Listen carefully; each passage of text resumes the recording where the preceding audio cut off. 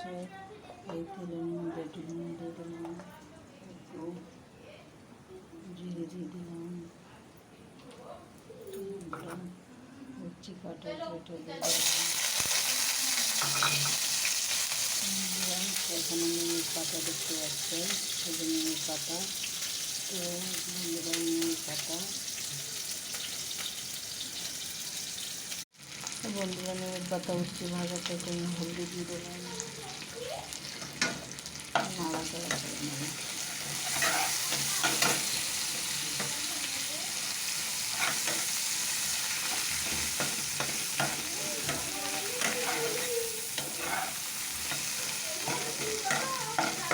দিয়ে দেওয়া ওই ঘরে।